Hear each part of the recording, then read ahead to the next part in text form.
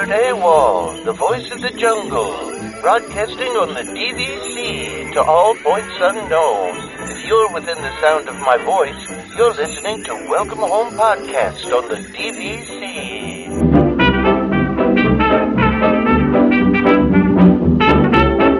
Hello and welcome home. Thank you for joining us on episode 244 of Welcome Home, a Disney Parks and Vacation Club podcast. I'm Tom, here with Trevor. We don't have Damon. Yep, it was a scheduling conflict. Yeah, Damon's got a busy weekend, and he's got some tennis stuff going a little long. So, which it's fine. It's all good. We try. We've said this before. You guys like to think that Damon doesn't want to get on the podcast, but we try. We do. It's all of us making an effort, and it just doesn't work out. And his life is busy, which is fair. Yeah, listen, it happens to all of us at one time or another, right? True, yeah. And it hadn't happened as much to me, but then recently, I feel like I've had to bail a lot, which is fine. I mean, listen, it happens. We have lives, and as much as we enjoy doing this, we also have to do stuff for our families and things like that. So it happens. Exactly. So anyway, I just got back from Florida, man. Let's talk about your trip, because I got to remember everything I did now because it was 2 weeks ago. It was a while ago now. No, listen, I don't remember if I think I talked about this on the episode that I recorded from Florida. That Jeremy put a meme out of me as Bob Barker, which was totally accurate, by the way, because that's exactly how I was recording that episode. I was literally holding it Bob Barker style, up to my face. But actually, I was pleasantly surprised at how good it sounded. But anyway, so Florida was great. We had a great time. Listen, my parents live in one of those resort kind of neighborhoods, so it's nice, it's relaxing. Drive around on their golf cart, and go to different places. Got to spend some time with family. That was good. But this is a Disney show. Let's talk about Disney. So first off, right, let's get this out of the way first. So I think I talked about this on the episode. They changed the operating hours for that day, right? So it was supposed to open it was supposed to be 9 to 10 or something like that. And then it changed from 8 a.m. to midnight, right? So, which 9 a.m. is I would have had to get there really early and leave really early. But 8 a.m. almost feels like a different level. Even though it's only an hour, it feels like it's 5 hours, It's a different game starting that early. Yes. You're absolutely right. You have to mentally plan for it differently. 9 o'clock feels reasonable. Then when it gets to 8 o'clock, you're like, oh God, that's early. It's the difference between leisurely rolling in and work hours. That's exactly right. Yeah. And so, and my mom lives about an hour and a half away too. Right. So that factor that in too. So, we're making our plans on Sunday, and I'm like, listen, guys, we gotta first of all, Magic Kingdom is sold out, right? Sold out for the day at capacity, completely sold out. So I'm like, if we want to get anything done, we're gonna have to leave this house at 6 o'clock in the morning, right? We got to leave at 6 a.m. right? So we did. To everyone's credit, we got out the door at 6 a.m., which was great, but we were also all a little sleepy. But it was fine. We probably got to the ferry about 7:45. So, not terrible, of course, by the time we got, through security, although security was no problem. We rolled right through security. It wasn't that busy yet. That early in the morning, it wasn't too bad. It was busy. Don't get me wrong. It was busy. This is why you left early, was so you could avoid the real wave. Yeah, well, that's the thing, right? So the real wave did come later, for sure. But we, when we got to the front gates, it took us a while to get through the front gate. It probably took us longer just to get in through the front gates than it did to go through security and take the ferry over and all that. It took a fair amount of time to get through there. Wow. So, yeah, it was pretty packed. I guess MagicBand scanning's hard. Oh, man, it drives. Okay, listen. Sorry, I shouldn't. I'm sorry. You're poking the bear now, because no, because it drives me nuts. Because I'm like, how come everyone that gets up there is a problem?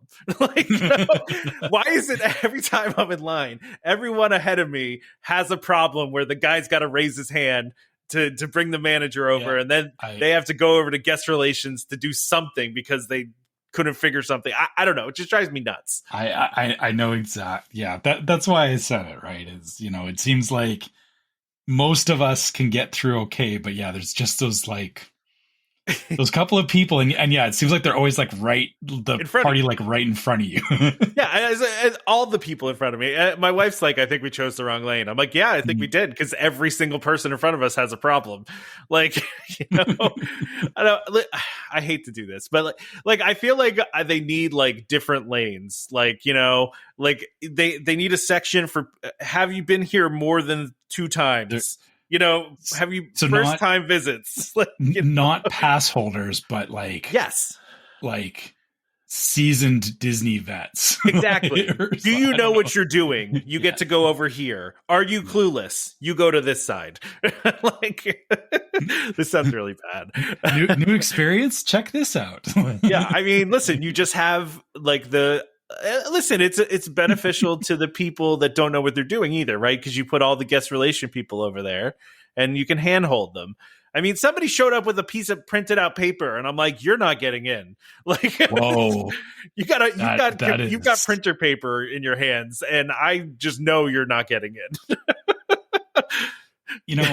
My dad tried that. Yeah. Years ago. You got to go to guest relations at that point. Yeah, but thankfully I actually had a MagicBand ready for him, so he didn't have to do that. Yeah. I mean, I had several MagicBand options on me.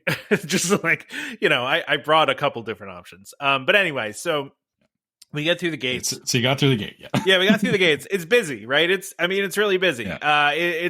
But it's not as bad as I've seen it. Like, I've seen it worse than what I saw that morning, right? Like, it wasn't like where I was shoulder to shoulder with people and I couldn't move, right? Like, it was bad in the morning, but it wasn't that bad yet. I say yet because it gets bad. So, first of all, the second thing is Genie Plus sold out that day too. Right. And Genie Plus was also $35 a head. Right. So it was at a high level, which did you go for it or no? Oh, I had to. There was no way I couldn't. Right. Because it was like literally every ride was over an hour. The Barnstormer was at 55 minutes. Like, I mean, it. Well, I mean, that's. Yeah, that's kind of par for the course with the Barnstormer, because that's true. It's a slow loading ride. It's not big capacity. Right. But I'm just saying, like, literally there was nothing that wasn't 45 minutes or above that day, right? Okay, yeah. So anyway, so we get in there, and so we get Genie Plus, and listen, yeah, it hurt to pay $35 a head, but I also knew we weren't getting anything done if we didn't do it. So I was like, okay, I'm fine with this, whatever, we'll do it. So the first thing I wanted to do, and I just really wanted to do this, was the Jingle Cruise, right? Because first of all, I knew the Jungle Cruise was going to get to an obscene level at some point during the day, right? Like the wait time was going to get nuts. And, I also know it's something my daughter, is not scared of and will do. And also just, I really like the holiday overlay. Like they do, really cool overlay on Jungle Cruise. And my mom loves Jungle Cruise. And it's Jungle Cruise, so yes. Well, yeah. Listen, I don't feel like I need to justify... It ticks all the boxes. Yeah, I don't need to justify my Jingle Cruise reservation for Genie Plus. So we go and... so first of all, we go straight over to... We walk in, we go straight over to Dumbo. Because at this point, stuff has a short wait, right? So, and my daughter absolutely loves Dumbo, right? Okay. So we go do Dumbo. We don't wait at all. Walk right onto that. No problem. Great. And at that point, by the time we had gotten through the gates and everything, and I talked about this on the last episode, I had snagged a last minute Crystal Palace reservation. So it was, at that point, it was already like 8:45 and the reservation was at 9. So, and we were at Dumbo. So it was like, kind of need to head over, So we head over to Crystal Palace. We get seated right away. We actually got really lucky because my daughter's favorite character is Eeyore. She has an Eeyore stuffed animal that she carries everywhere with her. She loves Eeyore. Eeyore's her favorite. She thinks that the real Eeyore lives at Disney World. That's where real Eeyore lives, right? So, yeah, it's adorable. So anyway, we sit down at our table, and Eeyore's literally waiting at our table. Like we got it, in the rotation at the perfect spot where Eeyore was like right there at our table. So like before we even sat down, she's hugging Eeyore, and we're taking. So your daughter's just like, this is for me. She was so basically.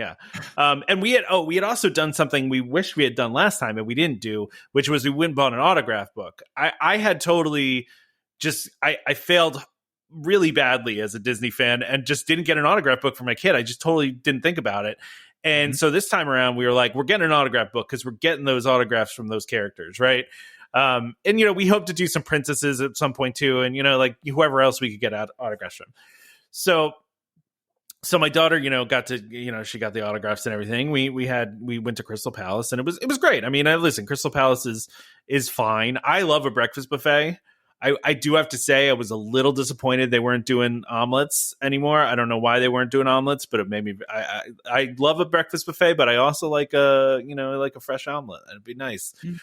Okay. But I mean, there's fair, but I feel like there's enough stuff at that particular buffet that yeah. No, listen, there was plenty. I didn't go hungry. Like they were doing chicken and waffles. They had some hash brown casserole thing. They had sausage, gravy, and biscuits. They had Mickey waffles that were cinnamon sugar, covered for dessert. So that was cool. So it was good. It was good. We had a great time, and we actually got to see Eeyore a second time because Eeyore came back around again before we left, which was really great. So we got that done. We go over to the Jingle Cruise then because it's time for Jingle Cruise, and I said this in the Discord, and it's true. It's never a good sign when the cast member busts out the sign that says Lightning Lane starts here. It's never a good thing. And so we get over there and it says the standby time is 105 minutes. But there's nobody in the standby line basically. And the whole line is the Lightning Lane. So I think we waited longer than we've ever waited in a Fast Pass or Lightning Lane for Jingle Cruise. I mean, it took us a solid half hour to 45 minutes to get through the Lightning Lane for Jingle Cruise. And I don't know if it was down or something or what, but it took a really long time to get through the Lightning Lane. Which, if everybody's booking Lightning Lane, that makes sense. Yeah. I wonder if maybe they were padding the standby line times too to make sure that they were just letting all Lightning Lane people through, basically. Yeah. Which, Lightning Lane and, Fast Pass, whatever we're going to, call it at this point. It's great if you're in the Lightning Lane. If you're in standby, I know for me personally, even when I had, a Lightning Lane for something I bought Genie Plus for the day, and then we did standby for other things, and you see those Lightning Lane people getting in front of you. You just you give them the stink eye, right? Even though it's, you're just annoyed that they're cutting you in line, even though when you're doing it, you're like, ha, I'm cutting you my in time now. Yeah. I'm going in front of you. You waited forever. No, I'm cutting in front of you. But anyway, so, listen, Lightning Lane Genie Plus was critical on this day, right? Absolutely critical because everything was crazy. Right. And listen, we got a lot done considering how busy it was. That being said, we didn't do any, it was the day was about my daughter. It wasn't about what I wanted to do or what anybody else wanted to do. It was all about my daughter. Right. So we weren't doing the super popular stuff. Right. We didn't do Big Thunder. We didn't do Haunted Mansion even. We didn't do, Tron. We didn't do Seven Dwarves. Right. It's just not stuff that we were wanting to do just because my daughter, she wasn't going to do any of those things, right? So, except for Haunted Mansion, but Haunted Mansion was just crazy. So I'm surprised Seven Dwarfs wasn't on your list because I feel like that would have been, or is it because it's? I can't even get her on the Barnstormer, my friend. I can't even. Okay, all right. Yeah, okay, I guess, baby steps. Yeah, sorry. I guess, but I forget, kids are totally different. And my son was the opposite. He's just all in on that stuff. So yeah, I forget that. Yeah. My daughter doesn't, she gets brave every once in a while, but I tried to get her on the Barnstormer and she was like, absolutely not. And I was like, okay, well, We tried. But but you did what was right for her. Like that's the important thing, right? Absolutely. Yeah. So we did, we did like the magic carpet, Aladdin's magic carpet there. We did the tiki room because you can't, not do the tiki room. By the way, first time I think I've ever waited for the tiki room, like literally waited, like outside of the little pre-show area. I was gonna say like beyond waiting for the pre-show to start, like an actual line. I waited for the pre-show. I don't think I've ever waited for the pre-show before. I don't think I've ever seen a line like beyond the pre-show area. This tells you how busy it was. Yeah. This tells you how busy it was. So we did that. Oh, and so I don't know why I've never done this, Trevor, until now. But so we're walking through Frontierland, right? And I'm realizing it's like 11:50, right? And they were doing 2 Festival of Fantasy parades that day, one at noon and one at 3.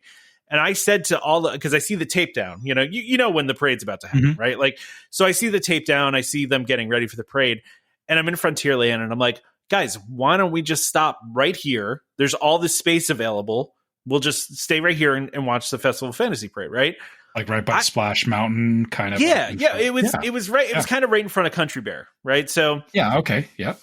I don't think we've ever watched a parade from Frontierland. We always go to the hub, like we're always somewhere on Main Street. We've never done Frontier, just because it just never worked out that way. We just always go to the in front of the castle and everything. Like, you're just not there. Yeah, it just never happened. But man, I'm going to do it every time now because for like several reasons. First of all, you get that thing done right away, right? Because like it goes there first, so it's you don't have to like wait around forever. But number 2 is there was like nobody over there. Like we literally got front, I say front row, but you were like right on the tape, like easily like 5 minutes before the parade, like because nobody was over there. So we didn't have to like stake out a spot. We didn't have to do any of that. We literally just walked over and grabbed a spot.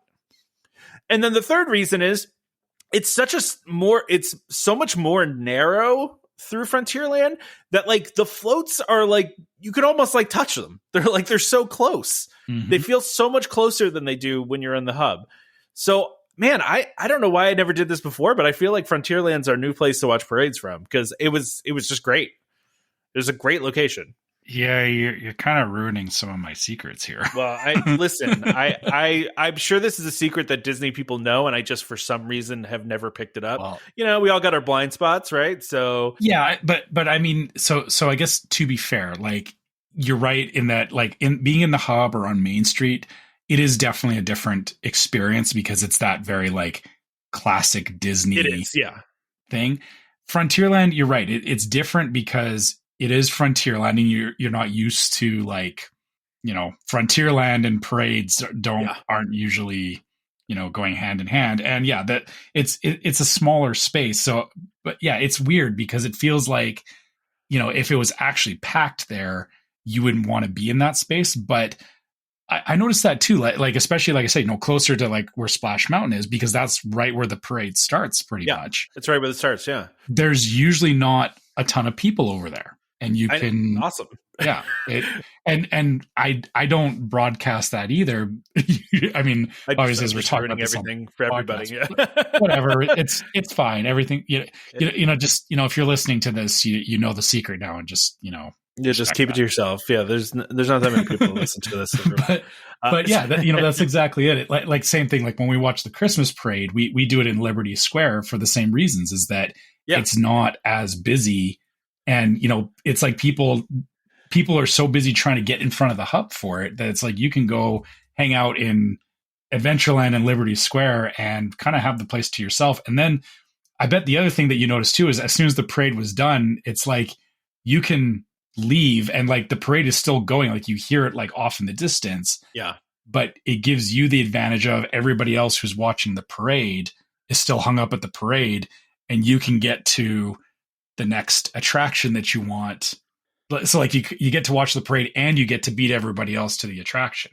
So right? You say that, but and that's probably that's true most days. Okay, in normal situations. I know this day was different. This day, so this was the worst that we've run into people was after the parade. So first of all, I want to mention that too. One of the country bears too, which also made it funny. The country bears just kind of wander around there. It's one of the few places that, you can actually interact with characters at Disney World like that. There was a cast member with one of the country bears before the parade came out, but the music was already playing, and they were walking down the parade route doing the dances and pretending to sing to the song. And it was like, this is the kind of stuff I love. Because there's one of I forget which country bear it was, but it was probably like funny. Wendell or something. Yeah. So, but after that, after we walked away from that, it was the worst we ran into of crowds. We got like crushed. It was like, shoulder to shoulder. I think it was because we were in that tight area that exists between like the Liberty Bell and Liberty Square there and Haunted Mansion. And, so we were trying to get ourselves to Small World. Oh, I was going to say you went up into Fantasyland. Yeah. So it was bad. It was bad. Okay. It was really, really bad. We really were squished. We were trying to push our way through. It was not great. After we got through that, though, we went and did Small World. We did Small World, and then we did what do you call it? Mickey's Philhar Magic. We did we did a Little Mermaid. We did Belle's Enchanted Tales. We did all that stuff, all the kids stuff, right? Like all the fun kids that the People Mover, because of course we did. We can't. There's no trip complete without a People Mover trip. We did a lot of stuff. We did all the stuff that my daughter would want to do. We had Sounds a really good, a perfect trip from that point of view. Yeah, absolutely. She was very happy. So what we did at the end of the day, though, we decided like right around like 5 o'clock or so, we decided to get out of there. Because we'd been there since 8, and like I said, we got a lot done, and it was crowded. So we wanted to kind of get out of there. So, my wife had the great idea, and this was a great idea. She was like, because we had wanted to go over to Grand Floridian to check out the gingerbread house, right? And the trees, and the tree. So we took the monorail over to Grand Floridian, and we just decided, well, why don't we just eat at the quick service that's here at the Grand Floridian? Because it's going to be less busy than any of the quick services that are in the, in the parks. Which was a great idea. It really was. It wasn't busy at all. So, and it was a Grand Floridian. It was pretty good. It was, it was decent. Had myself one of the classic Disney flatbreads, which, are fine. Like they're not the best pizza you've ever had in your life. No, I mean, they're fine. It's quick service. Yeah. Yeah, exactly. Exactly. So, so we took a nice little monorail trip, which was nice. It's always good to go on the monorail. I should mention too, the one thing that we did that we hadn't done in a long time, and I don't know, if you were waiting for me to mention this, of course we went on the train. We went on the Walt Disney World Railroad, which we haven't gone on. My daughter's like, why do we? Completely forgot. Yeah, that this is. It's been so long. Well, my daughter's like, why didn't we go on this before? And I'm like, it's literally been closed your entire life, like your entire existence. It's been closed. So, and now it's open, but man, did I miss the train? It was one of her favorite things too, by the way. She absolutely loved the train. We just did a circuit, man. We just went all the way around. We did the whole thing. We went completely around the park. Which was great because we got to go through, the new tunnel for Tron there, which, is nothing special. I was kind of hoping that they were going to have like some cool, like, special effects, like the special effect when you first the train first leaves the station on Space Mountain, where it makes it feel like you're like, it's like that warp kind of thing. Yeah so like you're going through a tunnel, and they like have a whole thing where the narration interrupts on the train, and they do a whole like Tron thing, and I'm like, what a missed opportunity to do that in the tunnel. Like, how fun would that be if they did like that same effect in the tunnel? Like that would feel very Tron-ish. Have like a light cycle go by or something. Yeah, do something. Yeah. It's just a plain tunnel with lights in it. It's just kind of a bummer. But I mean, listen, I get it. It's fine. It's a we're on a regular train. It's whatever. Okay, I do have one question. Is the station by Splash Mountain open or no? It is. And so that's the other thing, is I got to see into the construction, right? Which was cool, actually, because you can see the queue line, right? And all that's behind all that's behind walls and stuff right now. But you can see it if you're on the train. And so I got to see like the mural that they, remember we talked about those murals a couple weeks ago. You can't miss those murals. They're huge and they look amazing. And just like all the queue work that they're doing, they're putting in like these cobblestones, like they're really doing a nice job on it. And I mean, the water tower is up, obviously, so we got to see that. And there's so much scaffolding up, but yeah, no. So we got a good view at the work that they're doing for the Tiana ride. So I realize I should stop calling it Splash Mountain. Yeah, you was gonna say, Trevor, it's not called that anymore. But it's in my head. I don't know how like. Yeah, it's going to be weird when it opens. I was trying so hard to like when you pass by the windows I was trying so hard to like peek, like because they had them covered obviously, but like I was trying like really hard to like peek in there because you could kind of see in the cracks a little bit, so, but not a lot. But I would have loved to actually like kind of peek into it. But excuse me. So so no, listen, the gingerbread house was awesome. I was really wanting to buy some stuff at the gingerbread house. Unfortunately, there was a pretty long line and we were kind of tired. So we went and got our food and then we got out of there. I think the fireworks were 8:00 that night. We got out of there we hopped back on the monorail.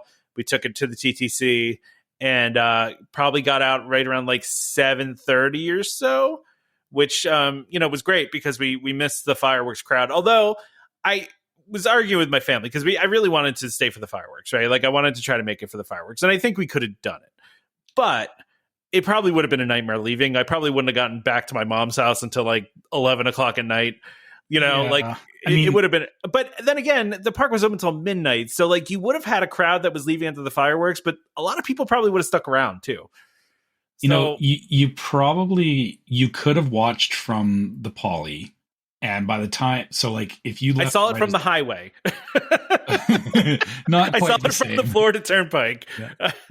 Not quite like watching from the beach, but okay. No. But yeah, I get you guys wanted to get out of there, but yeah, my thinking on that would have been you could have watched it from either the TTC or the Poly. Yeah, we could. And then by the time if you left immediately, there's a delay from when people leave from the fireworks to when they actually get back to the TTC. Yeah. So you would have had plenty of time to get out of there. To skedaddle. Yeah. I mean, I get it though. We probably could have made it happen. We were all kind of tired. It was hot. So that was the other thing. It was hot. It was like 83 or 84 degrees out. So, I mean, it was, we were hot. We were sweating. It was not, listen, it's Florida in the summer time. In the wintertime, sometimes it gets really warm. Like later in the week, it was cold. But like early in the week, when we were at Magic Kingdom, it was hot. It was low 80s, and we, so we were a little wiped. Honestly, we were just tired. So no, but listen, we had a great time. We had a great 1-day trip. It was a lot of fun. We wandered around the Emporium a little bit, bought some stuff. I was thinking about you, Trevor, by the way, because I bought a whole bunch of stuff on Shop Disney before the DVC discount ended, because I went and bought some like clearance stuff, right? So, but I bought the stuff on the 21st, and there's still several things I don't have yet. Like they've been shipping them. Like I bought like 6 things, right? Because I saved a whole bunch of money because I got stuff on clearance, and then I got the DVC discount, and I got a bunch of it already. But there's like 2 items that have not shipped yet, and I'm like, come on, man. Their shipping is like they got to do some work on Shop Disney. Like I said on the last episode, like it seems like they've really not maintained the quality around Shop Disney. To be fair though, right? Like I'm having this problem with all the things I bought the past week. Like that's true. I've been doing the same thing. We've been, doing a lot of online shopping, and I think I have 1 or 2 things that haven't arrived yet, which is concerning because, it's like start of December, which like, I get your point there is it's like, now you're kind of wondering, like, will I even get these things before Christmas? Well, listen, these were things for us. These weren't even Christmas presents. These were just like Christmas decorations. Just because shipping gets so out of control, like even if you ordered non-Christmas gift stuff, it sometimes just doesn't arrive till January because things are so backed up. No, that's true. But I'm in a situation. I just bought a new phone and it came on Thursday, and I bought a phone case from Amazon on like Saturday, and it's still not here yet. And it's like even Amazon is backed up. Like, you know, yeah, I know. Trust me, I'm doing that thing where I'm just like, you know, all these new phones are so slippery. It's like I'm just like I don't want to drop this thing. I always. Whenever I get a new phone, I always make sure I have a case before I even take the phone out of the packaging. Yeah, I'm with you, but like I wanted a new phone. So anyway, back to my trip. So Legoland. I want to hear Legoland. about Legoland. Let's talk about Legoland. That's a good place to talk about a thing. So Legoland, 2 hours from my mom's house, and they didn't open until 10 o'clock in the morning. So we still had to leave early, but not 6 a.m. early, right? Like we left at like 7:45 or so, right? Oh, that's not bad. No. I listen, Legoland was, and I don't know what the typical crowds at Legoland are, so it's hard for me to judge. But I mean, it was busy. There were a fair amount of people there, but it wasn't, you know, it's not Disney busy, right? It's not, you know, the like busy meaning like the popular rides had like a half hour wait. Right, like so, it's not that shoulder to shoulder you found up in Fantasyland kind of 100%. No, so I will say this: Legoland was really fun. My daughter had a lot of fun there for sure. You know, because so many of the things there are just very kid centric. Like there were a couple of rides that she even did by herself. Oh wow! Yeah, I mean, like there was like this like jousting ride that like, you know, parents you bring them up and you drop them off basically, and then they go do this jousting ride, and then, you know, I just pick her up at the exit. Like it was kind of cool. She was actually kind of pumped to do something by herself. You know, I don't know if she was just getting tired of us, but you know, we did a couple things. Like there was like a shooting ride. There were a couple shooting rides, right? So like there was one shooting ride that was like kind of like Indiana Jonesy. Not even, I mean, they were just like straight up ripping off Indiana Jones. Like I think that, I don't know if they were ripping it off. It felt like they actually probably like licensed Indiana Jones, because like they had Indiana Jones as a Lego character. So well, yeah, I mean, Lego does that. Like they've got so many licensed things going on. Yeah, exactly. So, but it was one of those, you know, shooting games. And it was fine. It was fun. I did notice that Legoland, like, it feels like they ran out of ideas at one point, because they like, there's like 4 different iterations of the same ride. Like, you know, like they literally have the same like drop tower ride like 4 different times, which is fine because my daughter loved it. It was fun. She had a great time with it. But like, come on, Legoland, come up with something else. Like, you know, like I will say the one like e-ticket attraction that they had. Oh, so we did like their Soarin' ripoff, which was really interesting because so you start off facing the wall. Right. So you get in there and you're facing the wall and there's no screen there. You're just facing a normal wall. And you're like, well, what's going to happen? Like, you know, I'm confused. Right. How and the does this whole work? yeah, like so the whole row just swings around to where the screen is, which was weird. But, you know, it was fun. Everyone hated that except for me, I think. My daughter hated it. I think my wife was okay with it, but everybody else hated it. So they just didn't like the movement of it and everything. It was one of those, like, you know, really felt like you were moving a lot. I can see that. It's, people don't like being just like flung around. Yeah. Especially I could imagine if you were on like the outside of the seating arrangement, right? It would probably feel a lot worse. Yeah. It for sure. So that was interesting. The other interesting one was they had this Lego Ninjago ride that was a shooting game, but you use gestures, much like the Spider-Man ride. But you did like karate chop kind of things to like shoot fireballs out of your hands, which was pretty cool. It was cool. I enjoyed that ride. It was fun, and we didn't really wait that long for that either. And by the way, whenever anyone complains about paying $35 a pop for Genie Plus, Legoland's version of Genie Plus was $125 a person, which was more than the tickets, mind you. So, wow. Yeah. So I was like, yeah, no. you passed on it at Legoland? Yeah, I passed on that one. Yeah. Yeah. So what else did we do? They had like a little Himalaya kind of ride, which I went on with my daughter, and just like completely jacked up my back. Like, cause it's just not made for adults. Like, you know what I mean? Like, so sorry, when you say Himalaya type, like, okay, I guess just so we're on the same page. Express, I'm trying to think of all the different names for it. So like a fast spinning, like kind of goes up and down in circles ride. Yes. Okay.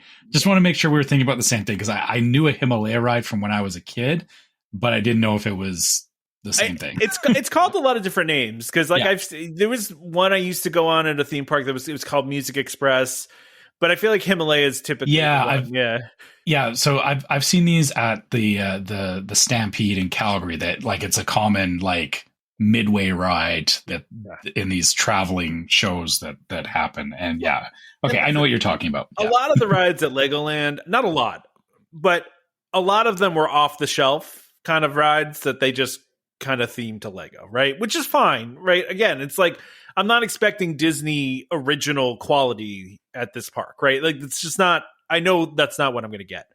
I will say one of the coolest things in the entire park, and I think I talked about this beforehand, there's one thing where there's these 4 fire trucks that are lined up, right? And there's a building on the other side of the thing. And you get into the fire truck, you know, you have like a team of people, and like you pump these like, levers to make the fire truck go. Right. And then you go all the way to, you go as fast as you can to the building, and then you get out of the building, and then 2 people pump the fire hydrant, and there's water guns, and you try to squirt the fire out. Right. So like there's targets, and you try to squirt the fire out. And then once you squirted the fire out, an alarm goes off, and, a thing goes up, and you jump back in the fire truck and you race back. Right. And the whole thing is like, it's like a race. Right. So we were like determined to win this race, like absolutely determined to win this race. Got to show those other 12-year-olds that you mean business. No. It was all adults that were doing the pumping of the, like, so there was adults just eyeing each other up. You're just like, I'm gonna beat that guy. Like, and then you made eye contact. You know what I mean? Like you're like this guy's going down. You're my enemy. Yeah. It was the kids didn't care about the competition part. The adults though, they were all about it. Maybe there's a reason why they don't let adults only into Legoland. yeah, maybe. But we didn't win. We ended up coming in second. We were very close. It was, and part of it was because my daughter just kind of like, she was all psyched for it, and then she got on it and she kind of froze. She like freaked out a little bit, and so I was comforting her, and the other 2 that were with us started doing all the other stuff. So. But listen, it was fun. It was fun. I will say, I think the coolest part of the entire place was the huge Lego cities that they have built. I mean, like they've got these gigantic replicas of like Las Vegas and like, different cities all over the place. And it's huge. And I mean, they had all this moving stuff. They had boats in the water that moved. Like, I mean, it was really intricate and pretty amazing, to be totally honest. Like I was pretty floored by it. And that was really cool. And truthfully, it's a beautiful place too. It was botanical gardens before. And the botanical gardens are still there. So like the park itself is really just. So it's nicely decorated. Absolutely. It's not just like, here's the Lego stuff, but also there, like you said, there's nice, like, gardens and scenery and stuff. So, exactly. Okay, yeah. Exactly. So we also did a little bit of Peppa Pig Land. So, which was, we've already done before, so it wasn't any new territory for us. We went on the little coaster there. Although we did, have, I'm not going to say, so we're about to get on, right? We're literally the next ones to get online, and it's drizzling. It was drizzling all day. And after the ride before us, they put up a little announcement that the ride was closed because it was drizzling. And I was just like, for real? And she's like, literally, this ride cannot function if the track's even a little bit wet. And I'm like, for real? Like, I'm like, I understand lightning, but it literally was drizzling. Like, there was no lightning. There was no wind. It was drizzling the tiniest bit. And I was like, come on. So we set something up in Florida that can't function in the rain. In the rain. Exactly, Trevor. Are you kidding me? Yeah.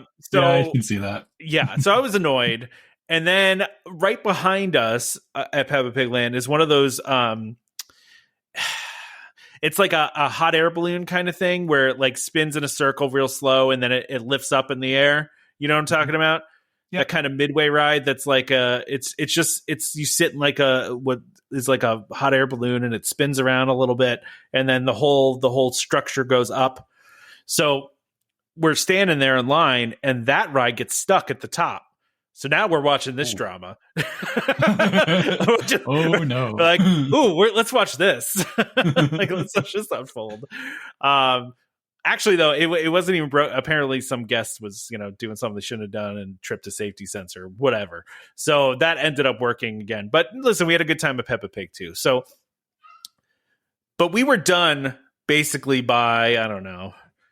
Well, Peppa Pig Land closed at 5:00, so we were out of there at 5:00. So, which was great actually, because we got home at a decent time. It was really nice. But yeah, no, listen, we had a good time at Legoland. It was fun. It was a lot of cool stuff there. It is well decorated, and it's well themed. It's got a lot of cool stuff there. So yeah, we had a lot of fun at Legoland. I would definitely go back to Legoland. I would like to do more there. Maybe when it's less busy, because it was pretty busy, and I was also kind of annoyed too. And this, I understand that this is not probably their fault, and they have a hard time probably getting people, but there were certain rides where they had like two sides to the ride. You know how like Dumbo has two different sides, and like there would be like a 45-minute wait for the ride, and they only have one side open. It's like, that annoys me. Like, have both sides open. It's busy. Yeah, I mean, especially considering if they know it's like a very busy week, you would think they would make sure. But I guess. We say, you'd think they would make sure it's staffed, but we maybe don't know they just the situation. Yeah, like I don't know. Yeah, it's fair. I like it. It's fair that you want it open, but they can't always accommodate. I will say everybody was very nice there. Like I said, everything was nice. We had a really good time. Everything was well themed. There's more stuff we wanted to do, but we didn't because it was a little bit too busy, and we just didn't end up doing. But we had a good time. Like I said, if my daughter was more into Lego, I think she would have enjoyed it even more. But she did have a good time. She just, like, her mind was set on Peppa Pig Land though too. Like, as soon as she found out we were going to Peppa Pig, she's like, "Oh, I want to go to Peppa Pig." So like it was that. But overall, listen, successful trip. And it's good that she is still at this age where, like you said, you want to go back and experience it again. Like, you have time to do so, right? Exactly. Like, I think we didn't start going to Florida until my son was a bit older, and so like I think we had two trips. I think that we could have gone to Legoland, but like he was never like that was just never on our radar because he's not into Lego or anything like not big into any of that. So. I was into Connects as a kid, though, instead of Lego. That was the thing for us too, was Connects. But I guess the thing is you want do these things while your kids are at the age to do them, especially because these parks have a limit on you can't just show up there as an adult and do it yourself, right? Exactly. So that was my trip. I'm glad it worked out. Like it sounds like, considering the week and everything, it could have gone a lot worse for you. Right? No, absolutely. We went in to the Disney day knowing it was going to be crazy, right? Like, and so I think having that expectation, we felt a little bit better about it. But it was fine. We had a good time. Like, people have heard me say this before, right? Like, this is not a new opinion of mine. You make your own fun, right? Like, you make your own vacation, good or bad, right? Absolutely, like you can roll with the punches and, take things as, it is how it is, right? Or you can get mad about it and ruin your vacation, right? So like, yeah, was it not great walking through seas of people? Yeah, it wasn't super fun, but we still had a good time. Like, we still had fun, and that's what matters at the end of the day. So anyway, we should probably do our ad, because I do want to keep this episode at a reasonable length today. But I knew this was going to go a little bit long. I know because you had a lot to talk about, and we also missed a week. So we did miss a week. Yeah. So All right, so the sponsor of this episode is DVC Rental Store. The DVC Rental Store, a World of DVC company, offers magical vacations at incredible value. Save up to 60% off retail rates at premium Disney resorts. DVC Rental Store now includes deposits as low as 25% at the time of booking and a built-in cancellation policy for every reservation. And as always, DVC Rental Store pays out the most to members looking to rent their points. Want to learn more? Go to dvcrentalstore.com/welcome home or call 1-855-DVC-RENT. That's 1-855-382-7368. And when you speak to them, be sure to let them know that Welcome Home sent you. You can also select us in the drop-down, too. So make sure you do that. All right, Trevor. So let's go. First of all, I am very mad that I did not know that there was a holiday DVC Magic Band floating around while I was there. I would have stopped to get one of these. Yeah, you were in Grand Floridian. I know. Which you could have very easily walked over to the DVC counter and gotten. I walked right by it. There's a whole DVC wall at the Grand Floridian. The slider is so cool too. I want it. It is nice. It is. I've kind of relinquished myself to the fact that I always miss this stuff, and I'm just like, whatever. But see, I could have had it, Trevor. I know. I know that's the frustrating part, right? Is when if it's there and you didn't know, I feel like that's even worse than like knowing about it and being like, well, I can't get it. So I feel for you. Well, because even this article came out the 21st of November. I was there the 20th. It came out a day after. I just missed it. What are you going to do, though? It is what it is. But also, too, they're doing, after not having incentives for a little while, they are putting out new incentives for Riviera add-ons specifically. Mm-hmm. And also randomly Saratoga Springs, which is weird. I don't think that's as random as you think it is. No, it just feels random. Like it's random anytime they put a promotion on a sold out resort, especially one that's like as old as Saratoga, Right. But I feel like, I guess, so the whole thing around the Saratoga one is that it basically puts the, the standard price for Saratoga is like $205, right? And then this promo gets it $20 per point off, which puts it down to $185. Saratoga points resale are way cheaper than that. Oh, way cheaper than that. Yeah, I mean, this is also only applies for point purchases of 150 or more too, by the way. Yeah, but I think the thinking on that is that this is Disney trying to get more people in the door, maybe.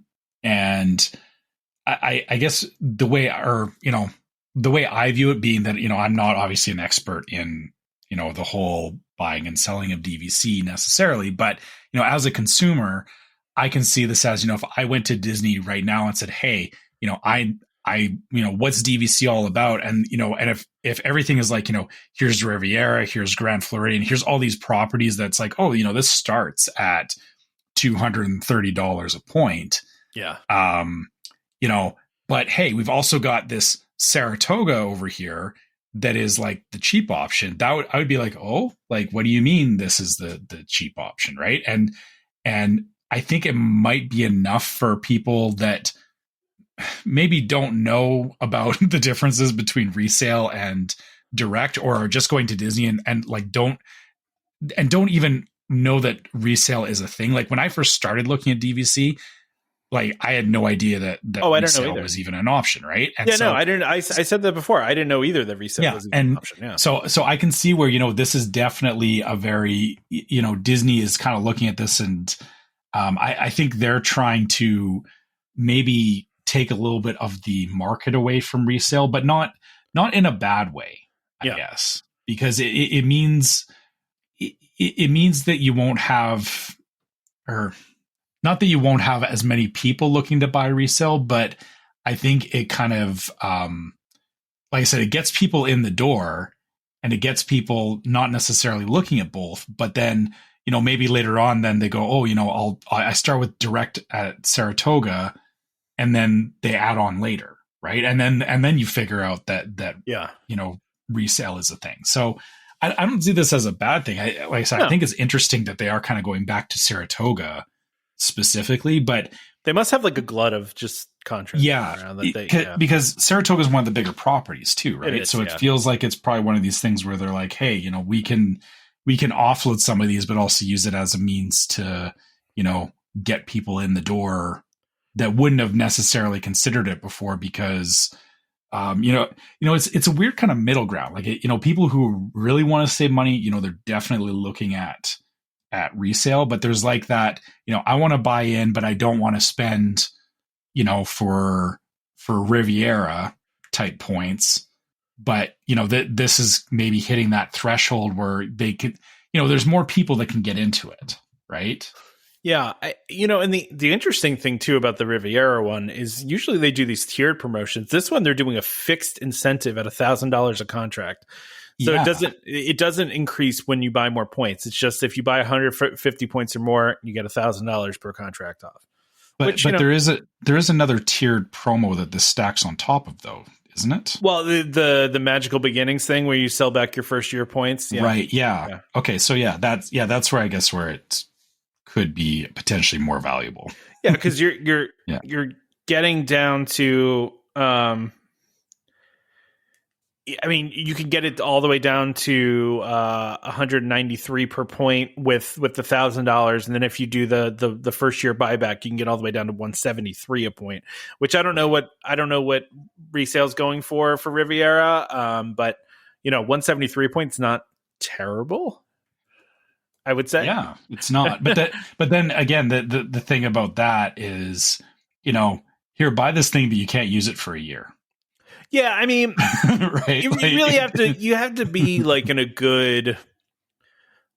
Yeah, I mean, it has to work out for you, Yeah, exactly. Like I feel like that I feel like this is Disney kind of exploring a lot of different demographics, maybe. Sure. Like, people in different positions. Because the thing is, we all look at DVC from like, well, I would, personally, I would buy this. I wouldn't look at these promos or, look over here. We all have our own opinions on it, but I think Disney is kind of, maybe they're testing the waters on what is the, maybe a new, I don't know. It's not a middle ground, but like I said, just like a new demographic for, people that they can get into DVC that maybe they hadn't considered before. And so resale, by the way, for as of October for Riviera is at like around 128. So it's not. I mean, it's still a pretty decent sized difference, but resale has such hard restrictions that you won't get it. Well, that's exactly you won't get the price up there like you do with other resorts. Exactly. By the way, too, I know that they came out with point charts for next year, but like do people really want to hear us talk about point charts? And B, they stayed largely the same. I was going to say, I had to look at the ones for the Polynesian, and they were identical. I was like, well, nothing changed. Okay. Yeah. It's nothing really to talk. I don't want anybody to be like, oh, I can't believe they didn't talk about the point charts. It's like, okay, well, listen, they're pretty much the same. So what do you want us to talk about? Yeah. I mean, unless if there's something really like out of whack, talk about it in the Facebook group. That's fine. Let's talk about it. That's why we have groups. Yeah. All right. Exactly. Let's on the Discord. Yeah. Let's talk more about other stuff now. Okay. So we've got the Walt statue is finally going to be making its debut now at over at EPCOT. Which I think it looks great, by the way. I actually think, sometimes these things don't always turn out great, but I think the statue looks awesome. Yeah. This has quickly become one of my wife's favorite things. Oh, really? Yeah. She loves the partner statue, and she loves just like these kinds of things, like the way that they portray Walt, just sitting on a bench here is. She's like, oh, I love that. I want to go get a picture with that. And so I'm like, okay, I guess we're going there in February. Oh no. I mean, listen, this is going to be, I'm just waiting. Totally. So this debuts December 5th. I'm waiting for my Facebook feed to be flooded with pictures of their arm around Walt. Like the line is going to be absurd just for this. Right? Initially, yes. Yeah, initially, yeah. But then it'll slow down to, to not be as bad. But I mean, this is going to be a picture point for a lot of people. Now, it's funny because I saw one of the blogs, and I'm not going to say which one because I'm not going to take anybody down, saying that they botched this really badly by putting a concrete wall behind it. So So, if you look, sorry, but how? What? Listen, I agree with you. I read that and I was like, really? Like, because the original, if you go back and look at the original concept art, right? He's kind of like sitting up on like almost like a stepped thing, and like you can, like, Spaceship Earth is like fully visible in the background, and now with this, there's this big concrete bench that he's sitting on, and Spaceship Earth is kind of obscured a little bit. But I mean, really, like, it's okay, fine. If you want to really get that like into it, I guess the thing that I'm thinking about with this is that you don't want to have it just wide open, because if it's a photo op, one, you're going to just have random people like, oh yeah, like it doesn't make sense to just have it like the original pictures, like, oh, it's a big open space. You can't do that in Epcot. No, you can't at all. Absolutely not. So this is, I feel, the best compromise where, they have that raised bench.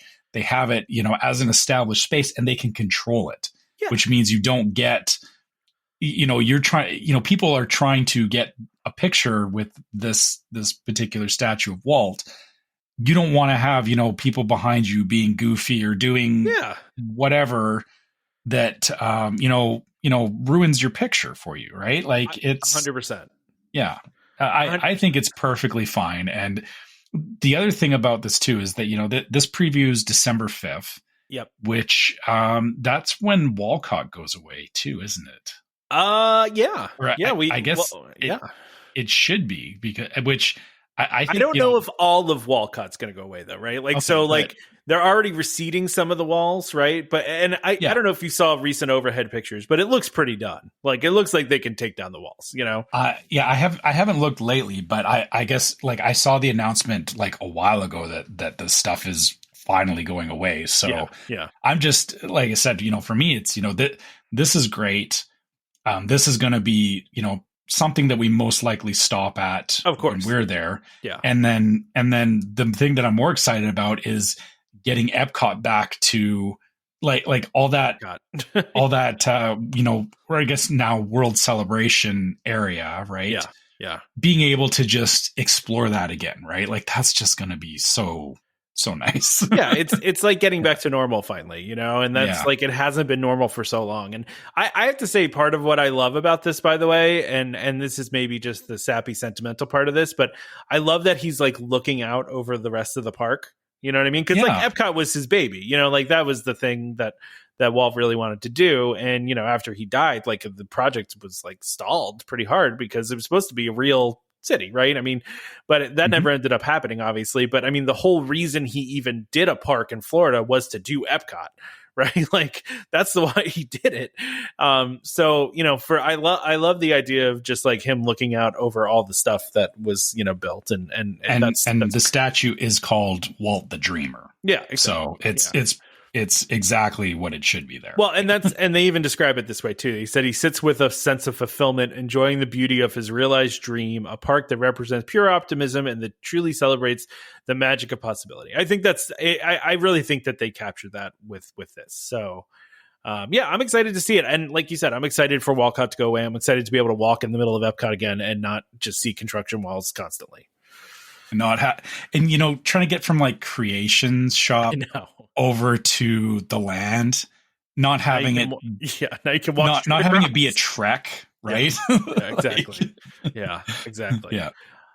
The other long awaited thing is, and I did we get a date that the Hatbox Ghost was going to show up, or did they just throw this out there? Right, like they literally just dropped this. Like, they did, right? Because I don't remember. I remember them saying like a general time period, but I don't remember seeing an exact date. And then all of a sudden, Hatbox Ghost is now at the Haunted Mansion in Disney World. So it's like, okay. What I saw happen with this, so I was on Reddit, and people were writing about it. They're like, it's here now, and there was a bunch of like, wait, what? And then so it actually appeared in the Haunted Mansion, and then they did this post the next day saying, oh yeah, it's here now. So some people actually got in to see it before all the now hype started around it. So yeah, it's funny because Disney really just kind of slid this one in, which is they do that sometimes. Different. Like it's funny how like Disney sometimes will like really plan out the launch of something, and then other times they just kind of like, it's there now. Like, it's there.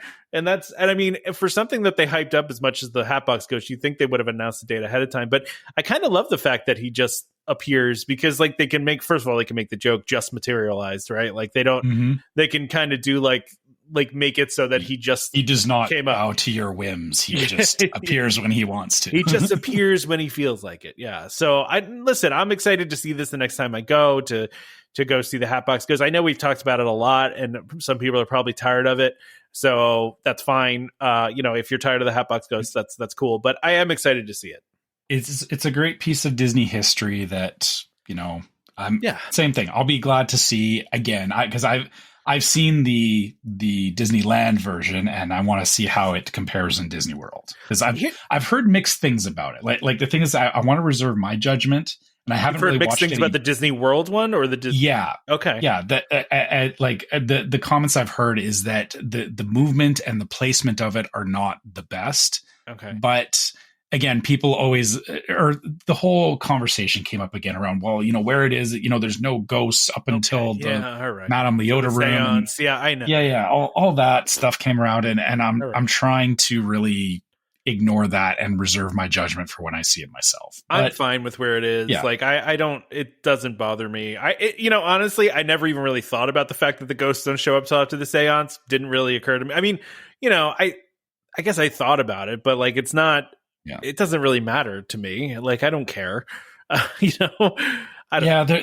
a whole, I don't know where that, or I think it came from what people interpreted as the storytelling, which it brought up a whole bunch of things that I kind of realized that, like, something that, when you start reading into the attractions and stuff, there is definitely a lot of room for interpretation. That sometimes we'll read things and go, oh, that's the way the ride was supposed to be. But when you start reading further into it, you realize that no, somebody just threw out their opinion. And it's not that the original ride was like, this is why we did it this way. It's like, no, it's just how you decide to interpret it. So for stuff like this, it's like, I'll let my own headcanon decide how this works. And I get to see the Hatbox Ghost. So whatever. Does it bother you at all that and Disney does this sometimes, and they probably shouldn't, I understand why they do it, but like, there are certain things that like kind of live within like a certain fandom, and then Disney picks up on it, lives in that fandom, and then starts emphasizing it more. And then it becomes like commonplace, and it's almost less cool. You know what I mean? I don't know if you know what I mean by this, but like so things that start off as like almost like cult favorites, and then it gets folded into Disney canon. Yeah, exactly. Yeah. Like I'm trying to think of some other example, like maybe like Red from like Pirates of the Caribbean, like they like made Red a thing, like, or I mean, like the Adventurers Club, I feel is kind of one of those things where like it started off very, very obscure, and it's getting more concrete as time goes on, but it's a result of people expressing interest and fandom around it, which I guess my thought on that is I don't think it's a bad thing that Disney does go in on that, because it shows that they're actually acknowledging and listening to the people that are passionate and interested in what they're doing. The only thing that I would be careful about with that is, like you said, when they lean in a little too hard, or when when they think they know what people are after and they miss the mark. That's hard. Like it's always frustrating when it's like like you said, I know I can't think of any specific instances, but I know there's been times where it's like you're excited about something, and then Disney does like something like, Pirates of the Caribbean, and then they do something and you're like, that's not what I was thinking, or it doesn't hit the way that it should. But I guess the thing about the Hatbox Ghost is like watching like behind the attraction. Oh, behind the attraction, yeah. So there was the whole episode on Haunted Mansion, and they actually had the Imagineer who did the Hatbox did the new Hatbox Ghost, not the new one, and you can see where like that's kind of the whole point of Imagineering, is that they took something that it lived in like urban legend and, all that kind of stuff. And someone was passionate enough around it that they brought it forward into, the next generation of Disney. I don't think that's bad. And I think they have to keep doing that. Yeah. And I think the only thing that we have to do is remember that they're going to miss the mark from time to time. I just wonder if some people feel like it gets cheapened, right? Like if I was into this thing, and it's like the people that are like really into a band before they get big, and then the band gets big. And it's like, oh man, like I'm just thinking of a couple. I was there in '86, man. Yeah, exactly. Like, oh man, I saw them before they were big. Like, listen, I've got a couple of those stories. Don't get me wrong. I think we all do, but like. I wonder if people, I don't feel attached enough to anything like that where it bothers me, right? Like, but like I'm even thinking like the purple wall, right? Like the purple wall wasn't really that much of a thing, and then it became a thing, and then Disney embraced it, and then it's almost like like when you're a kid and your parents like something that you like, and you're like, oh God, now I don't like it. Like, like it almost feels like that's what happened with the purple wall. It was all about the purple wall, and then Disney started making T-shirts with the purple wall, and then no one cares about the purple wall anymore. Because it became trendy, it stopped being cool. Yeah, and I mean, even like the Villains Park thing, right? Like, which was, by the way, never a thing. Like, it was just this internet lore thing that Disney was going to build a Villains Park, right? Mm-hmm. And then Disney was like, all right, well, let's just do it then. Like, what I mean? Like, let's. And then. Yeah, and the problem with that is it does become a monkey's paw wish, right? It does, exactly. Where it's like, we want this thing. Okay, here you go. Whoa, that's not what I meant. That's not what I was thinking. So, but I do wonder that though. I've always wondered that. So, I guess I don't see it as, or I guess maybe my thing too, kind of like you, is that I don't. I understand it's not mine. I guess for as much as I get passionate about things, it's like whatever direction they take it in. If it turns out I don't like it anymore, then I'm just like, fine, whatever. That's fine. But I'll like what I liked at the time, and I can ignore the rest. So, yeah, exactly. I'm a big believer in in. A friend of mine always says this, and I really like it as a phrase, is I don't want to yuck anybody else's yum, that's I like that too. That's good. Yeah. Yeah. Like, I mean, if somebody because, I think this just comes from being like a Disney Parks fan too, is because like you get a lot of judgment from people that aren't, right? They're like, oh, why do you like that? Like, it's for kids or whatever. Right. And it's like, how about you just let me enjoy my thing and you can enjoy your things. Like, I don't tell you about the things that you're doing. Yeah. Like, just let me do my thing. Yeah, exactly. Like I probably don't get the things that you're into. So it's okay that you don't get the things that I'm into. I'm into them. That's fine. Right. So like, that's kind of how I feel about this stuff. But let's talk about this holiday rum barrel at Trader Sam's. First of all, it annoys me that they do all these really cool things at Disneyland and then don't do them at the Trader Sam's and Disney World. Yeah. I always wonder about that because like they're, it's not that the bars are mirrored, but like you said, it's, it is Trader Sam's in both locations. Yeah. And how hard is it to make the mugs available? Yeah. Ship some mugs to Florida. Like, look how cool this mug is. Like I'll put pictures out about it, but it's a holiday rum barrel and it's got the Trader Sam's logo and it's just very cool. Like I want one. Yeah. It's got some good detail to it. And I just, the only problem with it is that it's like a too good to use kind of thing, right? Like, you get it and it would sit on the shelf. And I mean, this would be, when you bring out like all the Christmas decor. Yeah. this would go in with my Christmas decor for sure. Oh yeah, this is a good. No, I agree with you. Yeah, I feel like you need a set of them, right? Like you just get it. You get like 4 of them, and then you drink your Christmas drink out of them. Holiday eggnog. Yeah, exactly. Yeah, my wife, when she listens to this episode, is going to go ugh because she hates eggnog. I don't like eggnog. Yeah, but I also, by the way, I didn't even mention this. I bought another popcorn bucket. Just the generic one, not like not a cool one, just the regular popcorn bucket, which was good because we literally refilled it twice. Like we have like 6 or 7 popcorn buckets at this point, like not specialty ones, but just plain ones, because straight up, for exactly that reason, is that they are actually they're a really great deal for what or if you're there long enough to make use of the refills and all that. Right? Oh yeah, the refills are great. For $2 you get a bunch more popcorn. And my wife and my daughter are popcorn fiends. Like my daughter will eat the entire bucket of popcorn. She loves popcorn, right? So and that's basically what happened. My wife was like, "Can you get me popcorn?" I was like, "Sure." And I came back and my daughter ate like the entire thing, and I basically had to go right back out and get more again. So I've actually gone so far as we've found coconut oil that is pretty close to the Disney coconut oil, because they use coconut oil for their popcorn. Yeah. Because again, this is like you know, my wife loves popcorn, and so I've spent probably more effort researching it than I should have. Probably, but you know, trying to find something as close to the Disney popcorn as possible. So, yeah, exactly. I know what you mean. So last but not least here, because we do want to wrap this up. Yes, we do. Josh Giamaro is basically out here saying, straight up saying that they're going to replace Dinosaur with Indiana Jones. Which, we kind of thought.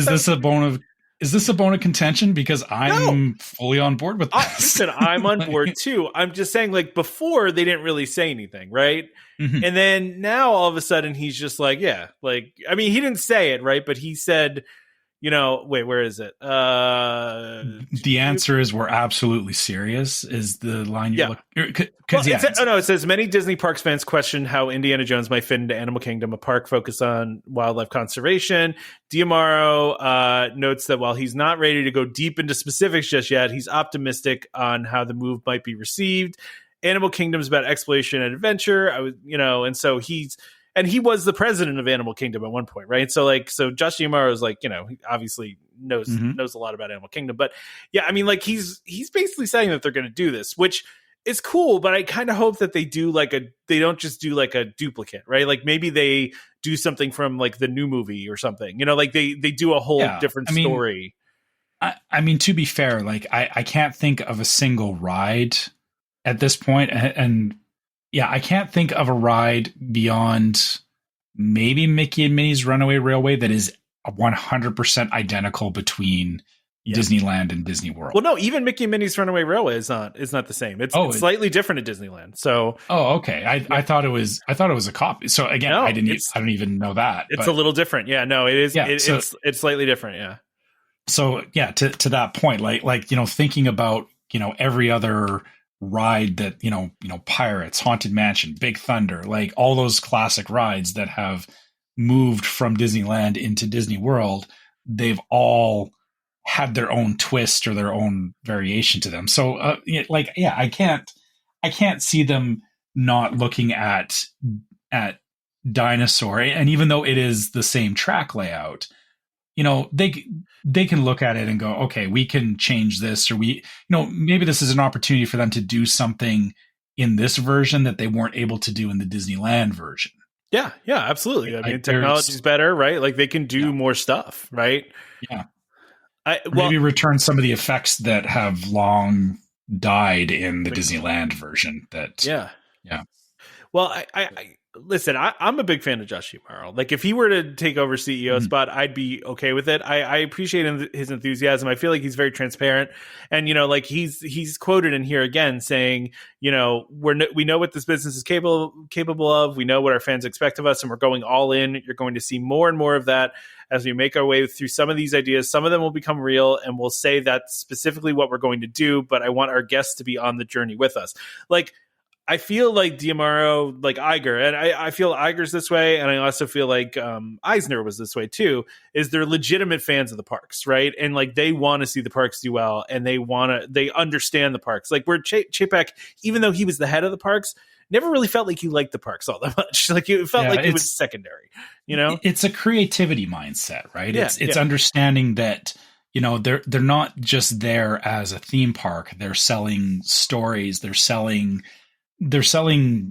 emotions, and like more than just like here's a ride. Like it's not exactly.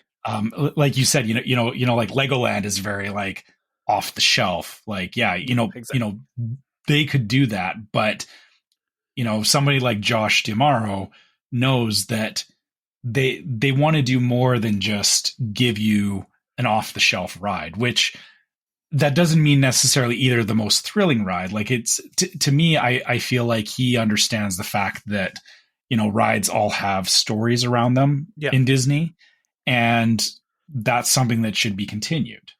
This sounds like exactly that. Am I going to get yelled at for the way I'm saying his name? I forget the correct way. Is it D'Amaro or D'Amaro? That was D'Amaro. Yeah. Whatever. Someone's going to post in the Facebook group about it. Okay, fine. I'd see it as D'Amaro. Now I don't even know how to say it. I feel like it could go either way. Yeah, well, I mean, you know, it's fine. Everything's fine. All right. So I mean, I think that's all I got this week. I don't know if you have anything else you want to bring up, but I think we can wrap this bad boy up. Actually, one quick thing. Just I don't know if you saw. I meant to mention this to you earlier. Is that the Zootopia ride in Shanghai Disney? Did you? I have not watched any videos of it yet. No. Oh, okay. So I did actually see a video of it earlier this week, and it looks very similar to Mickey and Minnie's. Like it's trackless, you know, and like that 3D kind of trackless with the 3D and stuff. I didn't realize how much I actually wanted a Zootopia ride, because when I watched it, I was like, hey, this is actually fun. Like I forgot cool. how much movement there is in the movie Zootopia, and like they did go between some of the different areas, which I thought was kind of cool. And I hope it's something that we actually see come stateside at some point. Yeah, maybe this is something for Animal Kingdom, tying back to what we were just talking about. Exactly. And people can hate on me all they want. I don't care. I like Zootopia. I think it's a good IP. I think it's a good original IP that, you know, Disney. I feel like it needs to bake a little bit longer, and it'll come back around.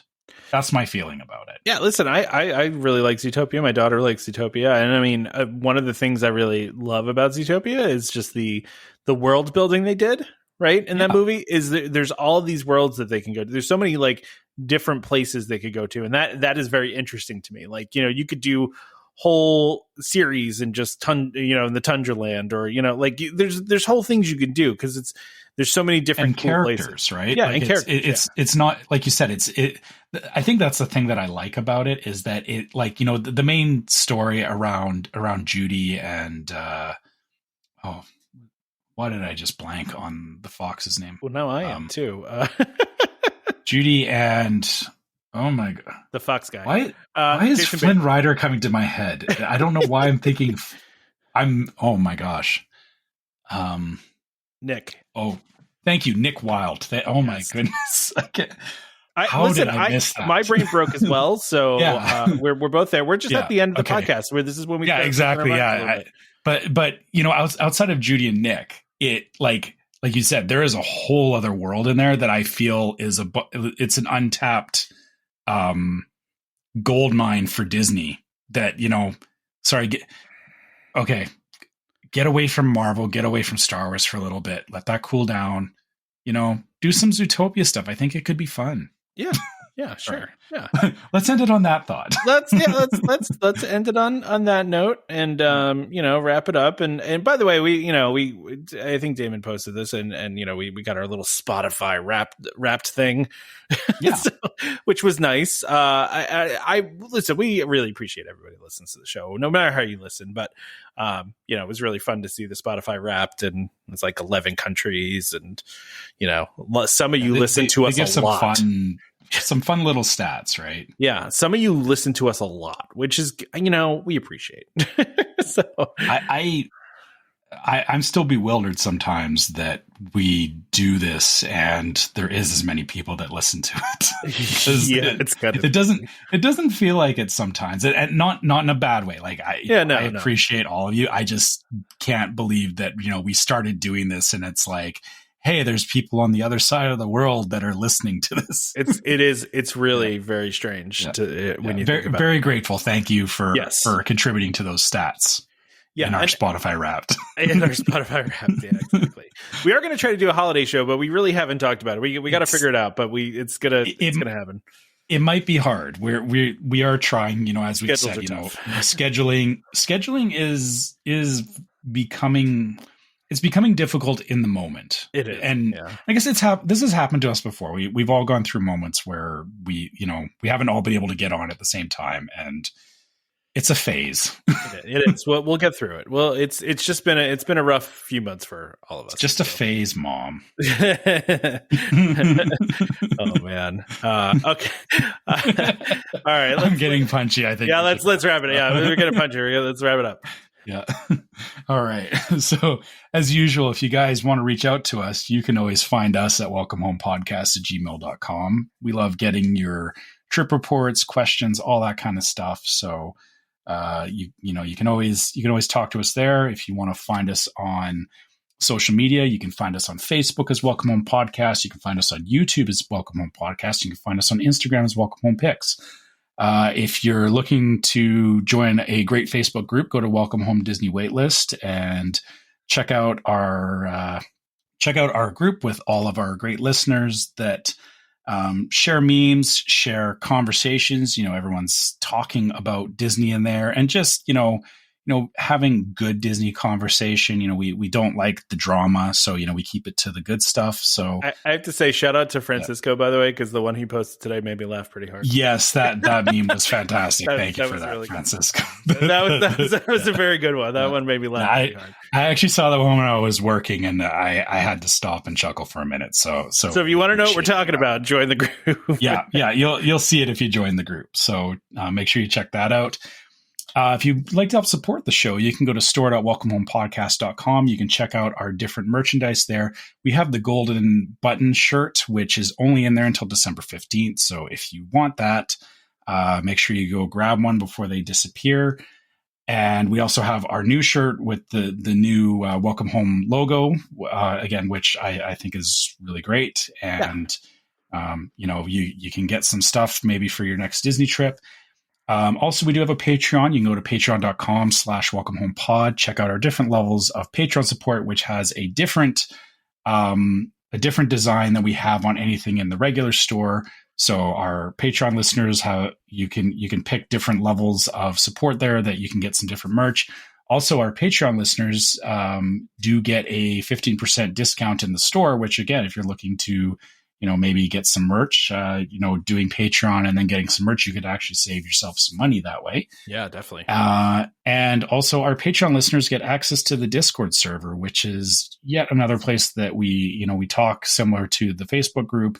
It's just a great place where we all like chatting. There's lots of great conversations going on in there. People talking about their own upcoming trips, sharing Disney news that they found and all that kind of stuff. Again, just, more places to talk about Disney because we like talking about Disney. So. Sharing not safe for work jokes about the guy that went streaking through Small Worlds, I wasn't sure if we were going to mention that. I was going to bring it up, but I don't know, man. Yeah, I hate bringing up bad guest behavior because it just, So that one is kind of funny though.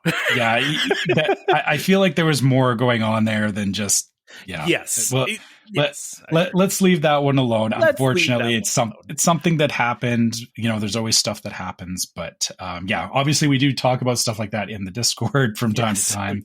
And like I said, it's still a good place to have Disney centric conversations. Yeah. Or random conversations about other stuff too. Yeah. There's lots of. Somebody the other day was doing job advice in there. I don't know what was going to do career advice. Yeah, we'll talk about whatever. sometimes it's good to ask in different places. You never know. It's very personal in the Discord. Like we share stuff in there that we probably wouldn't share anywhere else. So yeah. It's a different vibe for sure. For sure.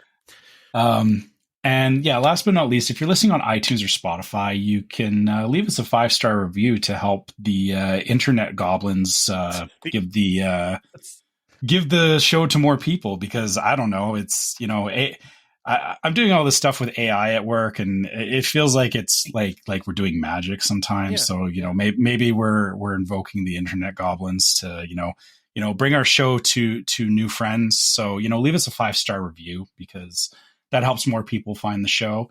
Also on iTunes, if you want to write us a review, we love seeing those. We do read them out on the show because, we love seeing what you guys think about the show, good or bad, because, all of it's good.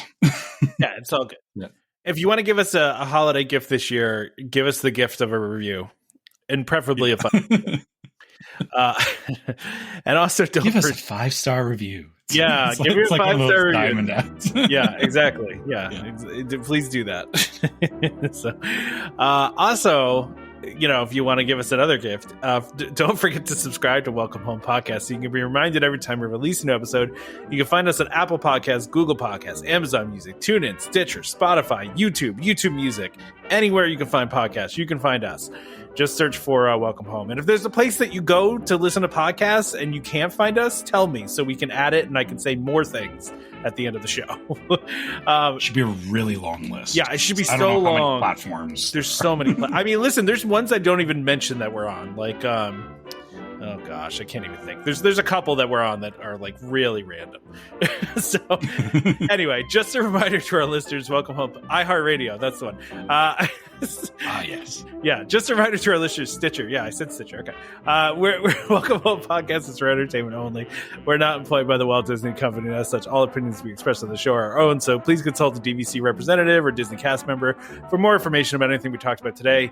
Huge thank you, as always, to DVC Rental Store for sponsoring this episode, and World of DVC for being our continued partners in this really fun, long-time venture that we've been doing called Welcome Home. So join us next time for more Disney Parks discussion. Of course, more DVC talk. We hope to see you all real soon. This is Skipper Albert Awol, the voice of the jungle, signing off from Welcome Home Podcast on the DVC. Do a huddle when we hit its hair. How she can cuddle is no